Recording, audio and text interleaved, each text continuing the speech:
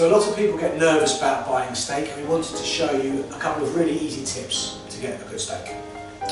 So one thing you want to look for when buying a steak, this is a sirloin, is the intramuscular fat, also known often as marbling, which are these little dots of white or yellow fat inside the meat, essential for flavour. Fat is where the flavour is, effectively, and these little dots mean you'll get a really juicy steak. It's also important to try and get a good layer of fat on the outside as well. If you're nervous about the fat, you can always cut it off once it's cooked, but you ideally want the fat on while you're cooking.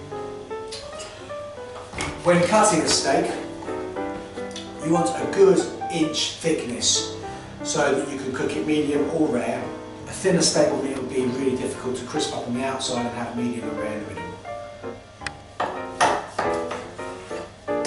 Any good butcher will cut a steak for you, and something like this. And then what I would do is often cook it with the fat side down on the pan first of all, without using a very little bit of olive oil, or maybe even none, on a really hot griddle.